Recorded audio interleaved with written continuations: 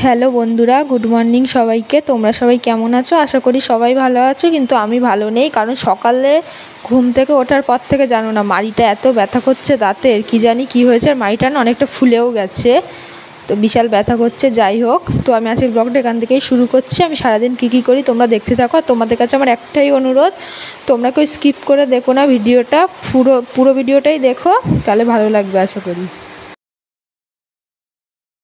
এইদিকে আমার বোন দেখো বসে গেছে শাক বাছতে। মা বাজার থেকেই শাক এনেছিল বাছতে। আর তারপরে আমি চলে গেছি রান্নাঘরের দিকে। ডিম ভাজবো। সকালে পান্তা ভাত আছে একজনের মতো, আমি খাবো পান্তা ভাতটা, তাই ডিমটা ভেজে নিচ্ছি।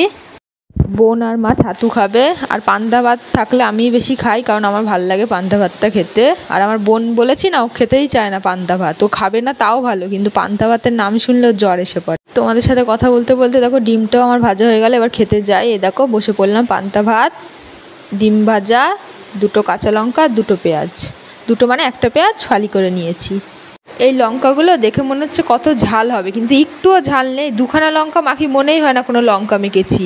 এই লঙ্কাগুলো দেখতেই মোটা, খোসা মোটা লঙ্কাগুলো। আরেকটা লঙ্কা থাকে সরু, ওই লঙ্কাগুলো বিশাল ঝাল হয়, দেখে মনে হয় না, কিন্তু ওই লঙ্কাগুলো বিশাল ঝাল। আর পান্তা ভাত দেখবা একটু ঝাল না হলে ভালো লাগে না, একটু ঝাল ঝাল হলে আমার ভীষণ ভালো লাগে খেতে। পান্তা ভাত খেলে মনে হয় কি মন প্রাণ পুরো ঠান্ডা হয়ে যায়। মানে গরমকালে তো সব থেকে মনে হয় ভালো খাবার পান্তা ভাতটাই। পান্তা ভাতের মতো মনে হয় ভালো খাবার আর কিছু নেই গরমকালে।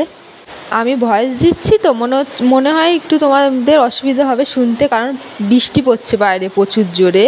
তো আমি ভয়েসটা দিচ্ছি, এখন জানি না যে ভয়েসটা ঠিকঠাক শোনা যাবে নাকি। তারপরে দেখো রান্নাঘরে চলে আসলাম। বাজার থেকে সাইটিং মাছ এনেছিল, এই সাইটিং মাছগুলো আমি ভাজা করব। ওর জন্য দেখো কড়াইতে তেল দিয়ে দিয়েছি।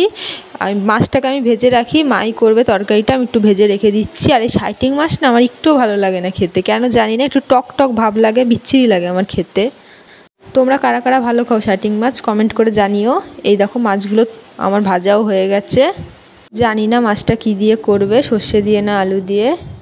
তারপরে দেখো এখানে একটু মাংস আছে, মাংসটাকে আমি জাল দিয়ে রাখবো, তাই কড়াই তেলটার মধ্যে আমি মাংসটা জাল দিয়ে দিচ্ছি। আর বাটি ধোয়া যে মশলার জলটা ওইটা একটু দিয়ে দিচ্ছি। আমার না মাংস মানে একদম টানা, মানে কষা মাংস আমার একটুও ভালো লাগে না, আমার একটু মাংসের ঝোল থাকবে, দারুণ লাগে খেতে ওই মাংস। হ্যালো বন্ধুরা, শুভ দুপুর। তোমাদের সামনে অনেকক্ষণ পর আসলাম, খেতে বসে পড়লাম। তো আজকের মেনুতে কী কী আছে দেখে নাও। এই দেখো আজকের মেনুতে আছে এখানে মিষ্টি কুমড়ো, চাল কুমড়ো ঘন্ট করেছে একসাথে, আর আছে সাইটিং মাছের ঝাল আলু দিয়ে পেঁয়াজ দিয়ে, আর আছে মাংস, আর উচ্ছে ভাজা করেছিল। তো আমার এই 3 পদ দিয়ে হয়ে যাবে, তাই আর উচ্ছে ভাজাটা আমি নিইনি। তারপর দেখো খেয়ে দিয়ে উঠে আসলাম।